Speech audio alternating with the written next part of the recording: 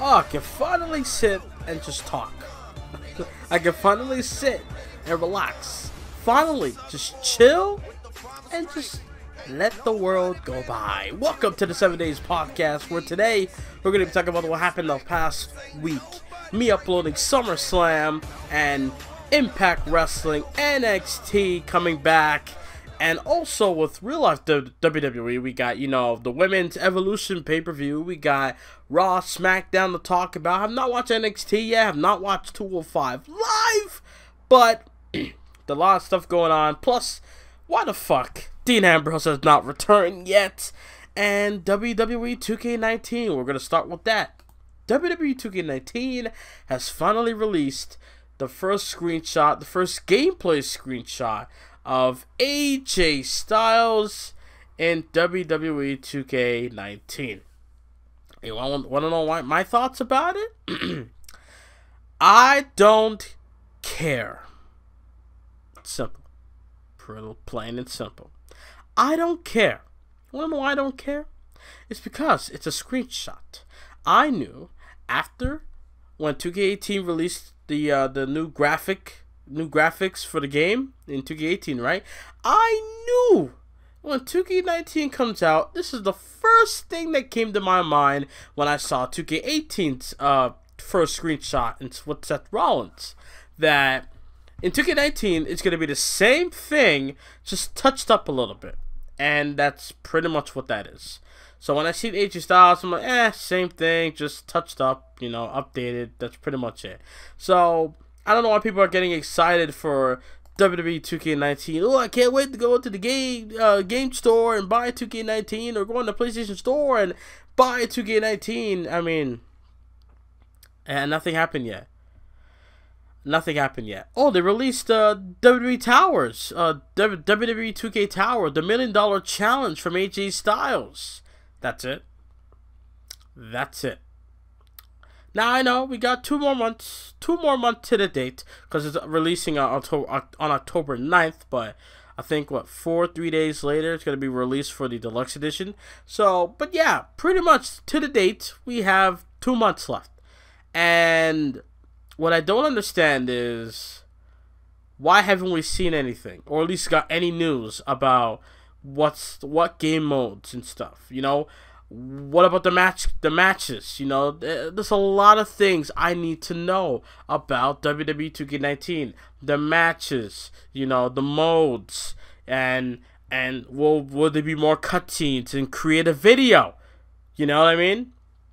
Instead of me have to go through this extra shit, in 2K18, can I get cutscenes, please? In 2K17, there was so much cutscenes. Oh my god, I wish I utilized them a lot better. But with 2K18, they took away a lot of cutscenes, and I really, really hated that. So I'm lost. So I'm lost at the moment. So I don't know. 2K19, like I said, all I want is, like, what are they gonna do with Universe Mode? What are they gonna do with my career? What are they gonna do with all this other stuff? What's gonna make this game last longer than after the DLC comes out? Like, so basically, what, 3 to 4 months, right? Yeah. How long? Why is it after by WrestleMania time? That's when the game dies, and then we move on towards the next video game coming out. Why? I don't understand it. Well, I understand it, but why can't 2K make a game where it will last a long ass time? I don't get it. Please, 2K, fix your shit, please. Now with Dean Ambrose, why is he not returned yet? With a lot of people were assuming. I thought he was gonna come back during that segment where Tyler Breeze came up saying he would be the tag team partner for Seth Rollins. But then Roman Reigns came up instead and said, "Nah, I'll be your partner." And later on, Kurt Angle and Baron Corbin said, "Nah, you will not be wrestling because Stephanie does not want you to jeopardize the SummerSlam main event." The SummerSlam main event, right? So I thought, okay, Ambrose is going to come back here, and no, nothing. just went at it in the handicap match, and McIntyre and Dolph Ziggler able to get the win by themselves in the handicap match. So I thought that was gonna happen, but no. So maybe people were assuming that the Lunatic Fringe is gonna return at SummerSlam, which maybe, I guess, that'll be cool. I thought he was gonna return to Extreme Rules in the same situation with McIntyre being at ringside. I thought he was gonna come back at Extreme Rules to even the odds, but I guess SummerSlam is a better show for Ambrose to make his return. If you're gonna make Ambrose return, I wouldn't do it the generic way where music is playing and he just comes out. Nah, I would have Dean Ambrose come out through the crowd wearing a sweater, a hoodie, where he attacks Drew McIntyre, and it's like, whoa, a fan attacking Drew McIntyre, and then he reveals that it's Dean Ambrose. That's how I would do it. You know, yeah, some people would realize, obviously, it's Dean Ambrose, but at the same time, it would be a cool way for Ambrose to return to SummerSlam. Instead of just Rollins coming out all smile, he looks at the entranceway, and then his music plays, and he comes out. You know, it's just lame, if you ask me. So I would have Ambrose return my way than WWE's way. Just saying. So Ambrose will be eventually coming back. It's just, I guess, they're waiting for him. They're waiting for a better time to release him, make him return. And I would assume it's going to be at SummerSlam. Let's talk about Roman Reigns versus Brock Lesnar at SummerSlam, and the possibility of Braun Strowman cashing in Money in the Bank. Now, do I want Braun Strowman to cash in Money in the Bank? Hell no. No. And I'll tell you why. Now, you're probably thinking, oh, whoa, why not? Whoa, are you a Roman fanboy? Look, number one, I am a fan of Roman Reigns. I am a fan of the big dog, but I'm not stupid. And I don't like things being rammed down my throat. Okay? I genuinely like Roman Reigns. I really do. But the fact that the possibility, okay, we went through this shit with Brock Lesnar, and I hate Roman Reigns' worst feud is with Brock Lesnar. That is a straight up fact.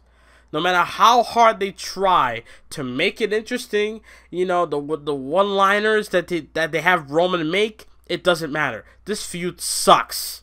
This is the worst feud Roman has ever done. This is worse than the League of Fucking Nations in 2015. Remember that? Yeah, worse than that. Worse than his feud with Triple H. Worse than his feud with Kane. Yeah, so this is the worst feud I ever seen with Roman Reigns against anybody. But the one thing I don't want out of this match, okay? Yes, this is gonna happen in the main event. They're gonna main event the show. The crowd's gonna rip this match to shreds, and then rightfully so, because you know we've seen this shit for 3 years. 3 years. Yeah, for 3 years, but three times this year alone, by the way. But the fact that Braun Strowman cashing in after Roman Reigns wins it is really a bad idea. Why? Plain and simple. Roman's going to come out the next night, begin the show, just like he did after WrestleMania or after the Greatest Royal Rumble, what he did for Brock. He's going to come out and say, I beat the Beast, I won the Universal title, but then Braun Strowman had to go steal it from me. Complain, bitch,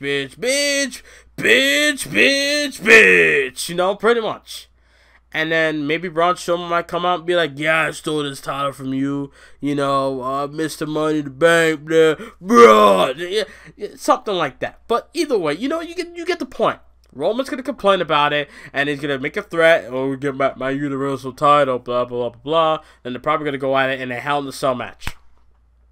That's pretty much it. They're probably going to fight it out at the Hell in a Cell pay-per-view inside Hell in a Cell. And would Braun Strowman lose the title then? Maybe. Or, if Braun does cash in, I will let him hold it till WrestleMania. And then if they're going to have Roman be the guy to, you know, take the title off of Braun Strowman, then so be it. If not, have somebody else. Maybe we had a King Slayer.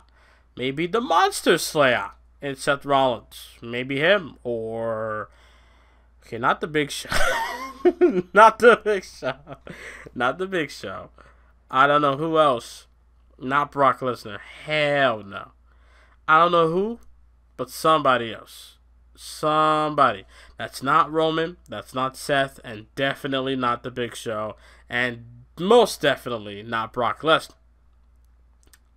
But someone has to face Braun and take the title off of Braun Strowman. And not Kane either. No. No Kane. Please. Alright? But I don't know. But that's not what I want. I don't want Braun to win and cash in Money in the Bank on Roman Reigns, because Roman's gonna bitch about it and he's gonna end up still be in the same spot where he's gonna still chase after the Universal title and then eventually win it anyway. So there's no point of Roman winning and then get ripped out of his hands once again. I don't want that. I really don't want that at all. It's gonna remind me of the WWE title situation at WrestleMania. He was probably gonna win the title then, and then Rollins cashed in. He won the title at Survivor Series, and then Sheamus cashed in, and then won the title from Roman Reigns. And then Roman was in the title picture for the rest of the year. For the last part of 2015, Roman was in the WWE title picture, and then he won the title, lost at the Royal Rumble, and then won that triple threat match with Brock and Dean at Fastlane, and went on to beat Triple H at WrestleMania. You know, then lost the title due to his suspension back at Money in the Bank later on in 2016. So, yeah, Roman is not really good as a top guy with the WWE, with the top title, but I'm just saying, I don't want Braun Strowman to cash in because Roman's going to bitch. And then he's still going to be in the same spot where he is now and chase after the Universal title, even though we want somebody else in that spot. Seth Rollins. Just saying. So for those that want to see Braun Strowman cash in, rethink that. Please. Rethink that. Because you do realize he cashes in, Roman is still in that spot, and then Roman's going to fight and fight more. Think about it. We're going to have to get Braun versus Roman at Hell in the Cell, and then at that Super Show later on in October in Australia. And then possibly, if possible, at Survivor Series or an episode of Raw, because they might do Raw versus SmackDown at Survivor Series. And then we're gonna have, if there's a TLC or Clash of Champions, whatever the pay-per-view is at the end of the year, then they're gonna fight there, and then it's just gonna go on and on and on. And plus they're on the show weekly. You know, we complain about Brock and Roman, but at least Brock is not there for the couple of months for Roman to come after and you know, try to fight him. But with Braun, he's there every week. Every week we have to deal with this shit. Remember that. And you probably think, whoa, why are you complaining though? Because Braun and Roman had the best feud of 2017. Yes, you're right. But look at what we have now compared to last year. Think about that. You had an unstoppable monster in Braun Strowman, flipping shit, throwing people off of loading docks, putting people in trash bins. Think about that. We had Strowman do so much shit. He got injured by Roman Reigns, and he came back the sickest way I could think of. He came back, opened the ambulance door, the doors of the ambulance, and he just yelled, "Braun!" and just walked with a purpose back into the arena to beat up Roman Reigns. You know? Braun Strowman in 2017, I would, no doubt in my mind, would have no complaints cashing in Money in the Bank. But Braun Strowman 2018, teaming up with little kids and smiling? Yeah, he smiles, but nobody mentions that. But he smiles and also doesn't do anything that makes me feel intimidated. Then I don't want this guy to cash in Money in the Bank. Braun Strowman is not an intimidating figure as he used to be. He used to be a freak, a monster. Now look at him. He's just a A big ass huggable teddy bear. That's what he is. He's soft. Weak. Well, not weak, but you know what I mean. He's just soft. He's softer than The Miz. That's how soft he is. He is softer than The Miz. And Daniel Bryan called The Miz soft. Think about that. Braun Strowman is just not what he used to be. It's kind of like, you see with Kane, at least Kane can pull it off of going from a monster to a joke, funny, comedic character. But with Braun, it doesn't come off right where you want him to be a monster. You know? With Braun, it can work in different ways. Like when Braun Strowman tried to be a badass, but at the same time was singing with that big ass, I don't know what the fuck they call it. That big ass, I'm just gonna say guitar. Well, it's something else. I know it's called something else. But yeah, that big ass guitar where he bashed it in the back of Elias on Raw back in February, right? Yeah. That was funny. That was cool because I didn't expect Braun to come out and start singing, mocking Elias, and then beat him up with that big ass, you know, instrument. But nowadays, him running around the ring and shoulder tackling people. I mean, come on.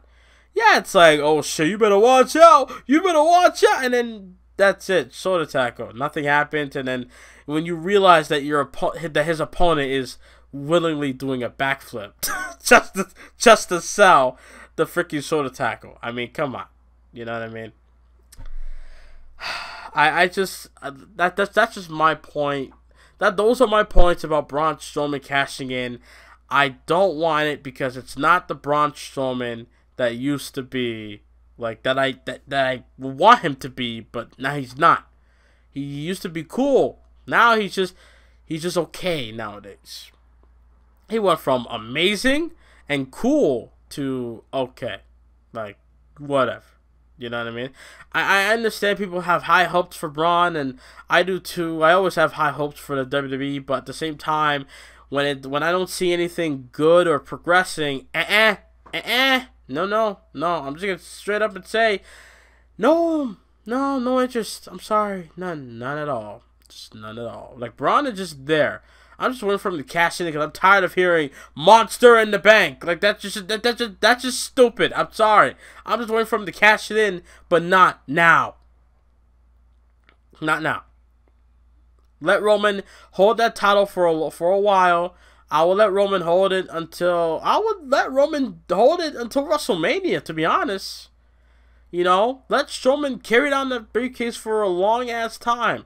Let Roman Reigns hold the title until WrestleMania.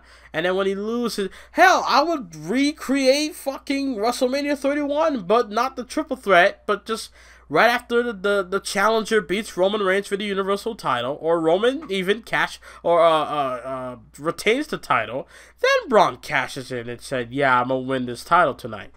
I would do that. So at least from April all the way down, you got that feud, which maybe things would be better by then. I don't know. But that's just me. I'd rather have Roman hold the Universal title for the rest of the year to WrestleMania than to win the title for a couple of minutes, have the shortest Universal title reign in history. Yeah, shorter than Finn Balor. And then Braun cashes in Money in the Bank, and then we have a decent feud compared to last year. So that's just my thoughts. Oh, wow. That's a lot of talk. That's a lot to talk about. So, let's talk about another thing that happened. Something I missed. I didn't do the 7 Days podcast last week or 2 weeks ago, but yo, shouts out to Impact Wrestling, man. Summerversary was a great show. I watched it. I think by the time it got to, what was it? I think it was the Knockouts title. Or after that. I think, no, it was by the 51-50 match. By the 51-50 street fight. With the OGs versus the LAX team. You know, that's when things got... That's when that match was chaotic. That match was freaking great, honestly. My top 3 favorite matches of the night, that match is there, honestly. Along with Moose versus Austin Aries, and also the main one, Sami Callihan versus Pentagon Jr. My God, they literally just said, go out there and fuck each other up. That was pretty much it, and I love it. I love that match. Oh, I'm glad I was able to watch it live, and I'm glad. Oh, I wish I was there live at the complex area. I wish I was there. I wish I was there. It was downtown in Meard in Toronto, but honestly, I thought about going, but I'm like, you know what? Nah, I'll just chill, you know. Maybe it won't be what I thought it would be, but it turned out to be the best, one of the best pay-per-views of the entire year. Just think about that. So we go from something good to something bad. Monday Night Raw. Let's talk about Monday Night Raw. Let's talk about the bad things first, because let's just get that out of the way. So let's start from the bottom. So, I haven't been paying attention, right, to the women's stuff a little bit. Outside of Ronda Rousey and Alexa Bliss, I have not been paying attention to anyone else in the women's division. Explain to me why Sasha Banks and Bayley, the Boss and Her connection. What in the hell is that? What is that? What is that? Who invented this? Why? The Boss and Hug connection. What? What? What? I don't even know what to say about that. I have no words to describe the Boss and Hug connection. And they went up against the Riot Squad again. And then this time, Ruby Riott returned and distracted Sasha Banks, and Logan able to roll her up for the win. Why? Now, the Riot Squad getting a win, I'm okay with that. You know, people say Liv Morgan and Sarah Logan, it's all about Riot. Yeah, they're right. They're right. Ruby Riott is where it is. You know, Liv Morgan with a blue tongue because she likes candy. You know, and Sarah Logan, you know, with the headbutts, with those weird dreadlocks that she got from Bray Wyatt, you know, but Ruby Riott is where it's at, and I'm glad she's back. But the Boss and Hug connection gotta go. Bye. Don't want it. Just like my fucking toothache. I don't want it. Go away. Please. God. We got another thing. We have the end of the B Team. Their theme song. Oh my God. I fucking hate their theme song. It's like a cheerleading inspired theme song. That's pretty much what it is. And it's awful and I hate it. I love their other theme. The Battle Scars. Oh, I don't care how unfitting it was. It just worked with them for me. Just hearing those words, these battle scars when they come out. It's just like, I know it's coming out. The B Team. But we got fucking cheerleading inspired theme song from the B Team. No, I'm sorry. They went up against the Revival, and the match ended up in no contest because the Leader of Worlds just showed up out of nowhere. You know, they were the tag team members in this match for Bo Dallas and Scott Dawson, replacing Dash Wilder and Curtis Axel in this tag team situation. And Hardy, who's been teasing everybody that he's going to retire eventually, thanking everyone for his entire career, you know. And I believe he hit Scott Dawson with the Twist of Fate, and Bray Wyatt hit the Sister Abigail on Bo Dallas. And I would assume we're going to have a triple threat match at SummerSlam. The Revival versus the B Team versus the Leader of Worlds. If not, then whatever. The Raw Tag Team title scene sucks anyway. I don't really care. Another thing I don't like. Braun Strowman versus Jinder Mahal. Why? Why? We had the Kevin Owens show. You know, another talk show. That's exactly what we fucking need. You know, it's bad enough we had, you know, we had the Cutting Edge. We had the highlight reel. We had the Miz TV. We had another show, but I can't remember at the moment. We had a lot of shows, bruh. Now we got the Kevin Owens show. At least this one's on the fucking stage, so okay, respect. But yeah, Jinder Mahal out there talking about Sunday. The fuck? I know it's some, you know, breathing exercise or whatever the fuck it is, relaxing, whatever the fuck, right? But and then it just turned into something because Braun Strowman flipped over the platform again, and then Jinder Mahal was talked into having a match with Braun Strowman, and match ended in DQ because Kevin Owens stole the briefcase, hit him with it, and ran away like a little bitch. Run, Owens, run, ladies and gentlemen. Run, Owens, run. Then we have another thing I don't like. Razor versus Titus O'Neil. The motherfucker who blocked me. Yeah. It still hurts. It still hurts me. You motherfucker. Razor versus Titus O'Neil. Why? There's a lot of why. You know why? Why? Tell them that is human nature. Why? Why is this happening a lot? Why am I asking so many questions? Why is Razor versus Titus O'Neil happening? Why did Akam took on Apollo Crews last week? Apollo Snooze! Shit! Apollo Snooze! That's his name now. You know? Oh, I don't care. I don't care. Ever since the Authors of Pain came on to Raw, I never cared about the Authors of Pain. People are so talking so highly of the Authors of Pain. I never liked the Authors of Pain, dude. I gave them a chance in NXT. They showed me what they could do. But then when they got to Raw, no. Have not liked one thing they've done since.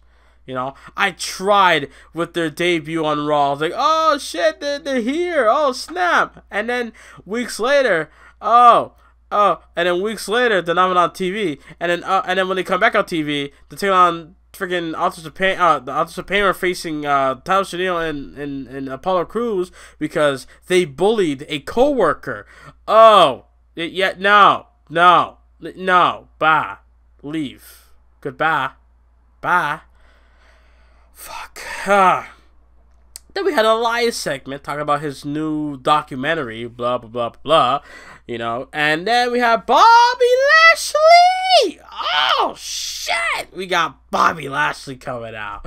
Bobby Lashley. Oh, my God. This guy went from talking about how he could beat Brock Lesnar. I got legit tools to beat Brock Lesnar.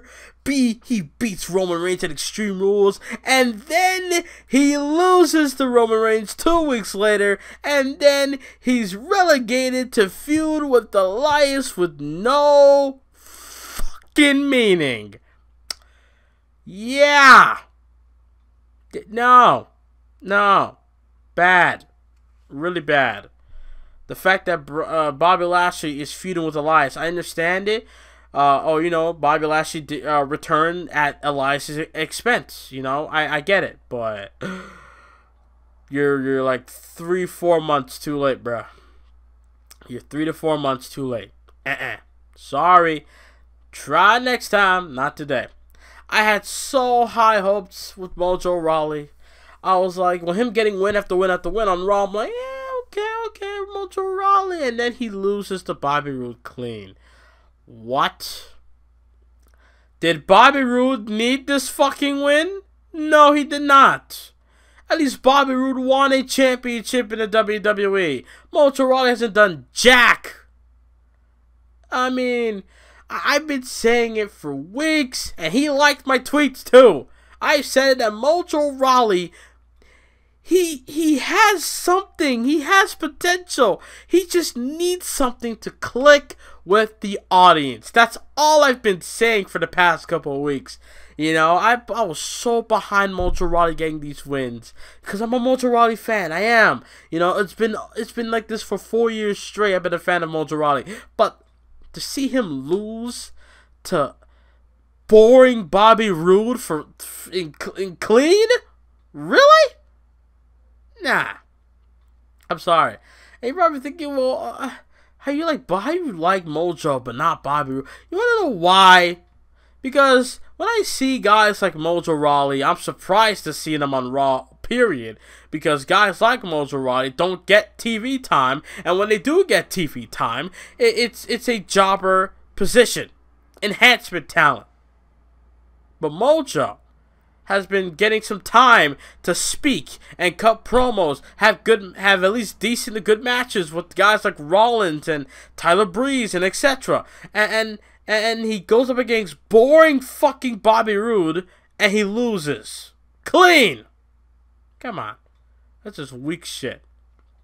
Mojo Rawley should have got the win here. He should have beat Bobby Roode. Honestly. Because Bobby Roode doesn't need shit. Bobby Roode is boring as fuck.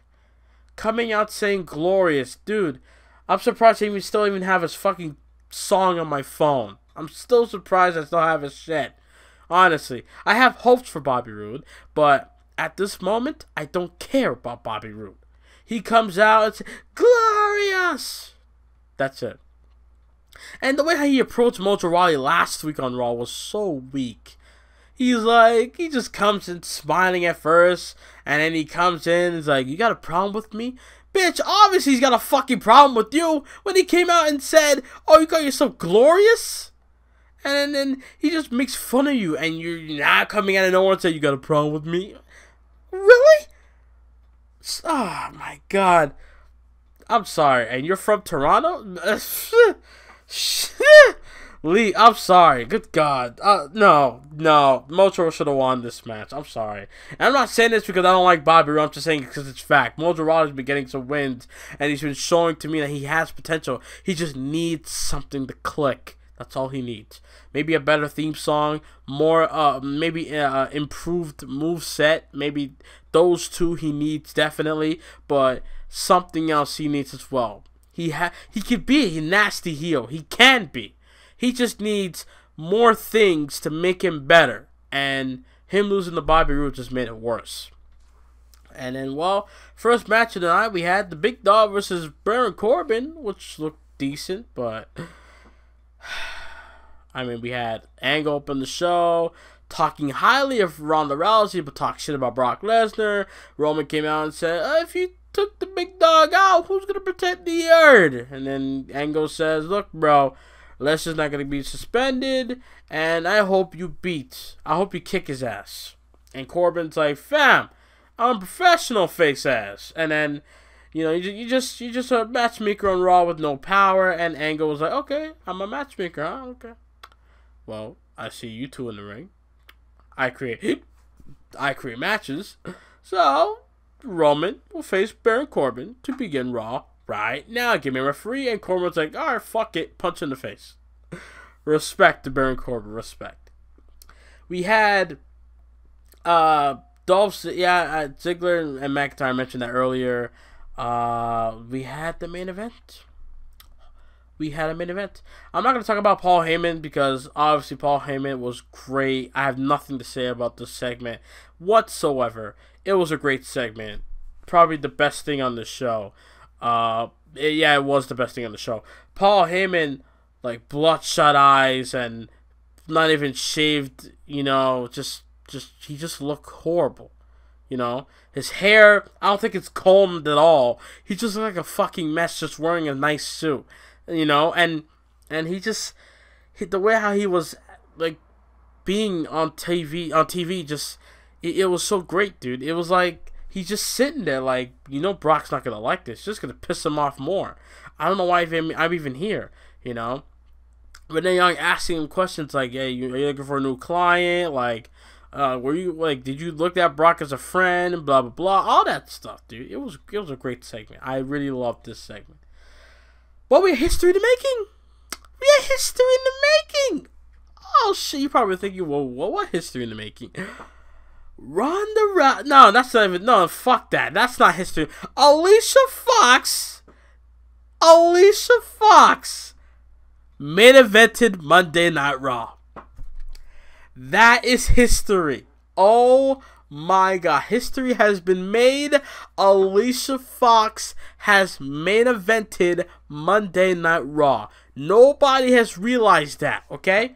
Yeah. Ronda Rousey makes her first appearance on Raw as a competitor and, you know, makes her in-ring debut on Raw, blah, blah, blah. Yeah. But Alicia Fox, though, who's been in the WWE for 10 freaking years, never, ever main evented Monday Night Raw. And 2018, she did. Respect. Love and respect for Alicia Fox. Now, she lost via submission, but that's besides the point, you know. Ronda Rousey cut a great promo on Alexa Bliss after the match, and just put in simple said, you better hold that title while you can, because at SummerSlam, that title is mine. And she spiked the fuck out of that microphone harder than a man spikes a football when they hit touchdown. Good God almighty. But yeah. This match was This is a segment, not a match. This is a segment. But either way, Alicia Fox main evented Raw. That is insane. Wow. That's great. That's great for Alicia Fox. I don't know why nobody's even bringing that up. Like the disrespect. Come on. Alicia Fox main evented Monday Night Raw. You gotta think about that. You gotta appreciate that. Another thing I want to talk about, Kane is the mayor of Knoxville, Tennessee. Respect. Shouts out to Kane. I don't know if he's going to come back to wrestling, which I don't mind if he comes back, but I don't think he's going to come back because I think he's going to be busy. He's going to be on that busy. Why is there an ad playing? Fuck off with this ad. Fuck off with this ad. God damn it. Alright, let's talk about SmackDown Live. Nothing much. You know, AJ Styles talked back about what Samoa Joe said last week. You know, AJ Styles said, look, you know, pissed me off that, I'm not going to be there for my kids, but it pissed me off even more that you talk about my kids and my wife, bitch. At SummerSlam, you're not going to be able to walk at all. You'll be lucky to walk after SummerSlam, but you're not touching my WWE Championship. You know, we had Byron Saxton interview the Miz. Randy Orton, oh my god. I just sat and just felt everything what Randy Orton was talking about, okay? Talking about, you know, what he did to Jeff Hardy, his accomplishments, and he's still pissed that the fans are not giving him the respect that he deserves. But then at the end, he, you know, ends his promo the same way he did the last time, saying that, you know, you can call me Apex Predator, you can call me the Viper, call me Legend Killer, but in the end of the day, I will be referred as by the three most destructive letters in sports entertainment, RK, and then the fans finish it for him, and I love that. I swear to God, I felt like whenever the fans finishes it for him, he gets pissed and just says, fuck it, I'm not even going to waste my breath, because you guys just said it for me. Fuck y'all, you know? RK, and then the crowd says, oh, and he just drops the mic and says, fuck y'all, and just leaves. So, Randy Orton done it again, man. Oh my god. How is it we're in 2018 and Randy Orton for 16 years after his debut is still a talked about figure in the WWE? Good god. Tag match, Charlotte Flair and Lynch against the Iconics, wins by submission. Becky Lynch does not like the idea of Charlotte being in the match, and I really don't like that Charlotte's in this match, but let's just hope that Becky gets the win. That's all I care about at this point. Becky Lynch, get that dub at SummerSlam, please. Selena Vega defeats Lana because Aiden English got involved. R-Truth had a funny-ass segment. Challenging Shinsuke Nakamura in the funniest way. Like, Nakamura's talking about backstage about Randy Orton and Jeff Hardy, and then R-Truth says, I'm gonna fight Carmella, and then I'm gonna challenge Shinsuke Nakamura. I'm like, did you see the look on Ty Dillinger's face when he said gonna challenge Carmelo? That was hilarious. I'm sorry. R-Truth, man, no matter how, you can't take the guy seriously as far as like him trying to be a main eventer or anything, or try to go after a championship, but R-Truth, he's great at being a comedian, honestly. R-Truth is a funny guy. And the fact that he's still able to be in shape, you know, at the age of like mid-40s, holy shit. You know what I mean? I mean, yeah, he's been off TV for a long time, so I guess, you know, he's been hitting the gym, you know, with those abs he got. So, and he keeps changing up the lyrics to his "What's Up" song. You know how long it took me to learn the lyrics of the original song, and then after that he just changes it? God dang, Truth, keep it to one song. I know you gotta change it because years go by. You know, you gotta. What's next? You gotta come out the trap music? Good God, good God! If R-Truth comes out to trap music, oh my God, that would be hilarious. The Bludgeon Brothers took on 3 guys in a 2-on-3 handicap match, and he just decimated them. And the Bar loses to New Day, becoming #1 contenders for the SmackDown Tag Team titles at SummerSlam. I really hope that the Cruiserweight title is still on the main card. It looks to be on the main card. I hope it is. Hope Finn Balor and Baron Corbin is not on the main card, but most likely it's going to be on the main card. I want the Bar to win, I'm not going to lie, but I don't mind the New Day winning this match because the New Day is entertaining as fuck. No matter how, you know, how stale or how boring or how low-key they are on SmackDown at the moment, because you got other tag teams trying to rise up, the New Day still maintains, or are still able to stay at a point where the fans will love them no matter what. And no matter what segment you put them in, they will thrive and they will freaking make that segment 10 times better than what it's supposed to be. So, like, that backstage interview alone says a lot about the New Day. They freaking Kofi Kingston I'm like, why is he wearing a suit, number one? And then when he put on the wig, I'm like, okay, I'm getting flashbacks of KSI and the Logan Paul conference thing, which was funny in my opinion, but yeah. And then yeah, he's just interviewing the New Day in a weird gimmick voice, and, you know, it was just great. It's like they could do it all. They could commentate, backstage interview. Well, what's next? I mean, they host the WrestleMania, so what's next they're gonna do? You know, like they can do it all. They can do it all. Freaking sell merchandise like food, like cereal, and all that. You know, it's funny. It's the New Day. They're great, and I'm glad a tag team wrestling was able to main event the freaking show. New Day in the Bar main evented SmackDown. You know, that's great. That's very, very great. Lord. And I think that's it. That's SmackDown Live for you. That's SmackDown Live for you. There's nothing much.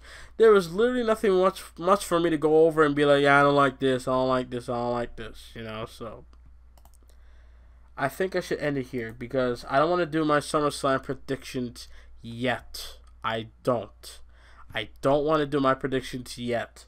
I want to save that for next week, which is, yeah, the go-home week for SummerSlam. So expect the 7 Days Podcast on the 16th or the 17th of next week. Why is your ad playing? For fuck's sake. But yeah, I'm going to do my predictions for SummerSlam next week. Hope you guys will pay attention to that. Hope you guys will tune into that. But as far as Universe Mode goes on the channel, Monday Night Raw, SmackDown, and NXT will be coming up this week. Don't worry, guys. And I will be posting gameplays on my other channel because that channel needs some food known as videos on that channel because I want to do something with it, and I've been meaning to do this for a long fucking time where I would have a non-wrestling channel and a wrestling channel. I've been meaning to do this for 3 years now, and hopefully you guys will be able to give it a chance. Hope you guys enjoyed this video. Please leave a like, subscribe. Thank you guys for listening to the 7 Days Podcast. Probably thinking, why am I talking so non-energetic? It's because I'm not trying to damage my fucking tooth.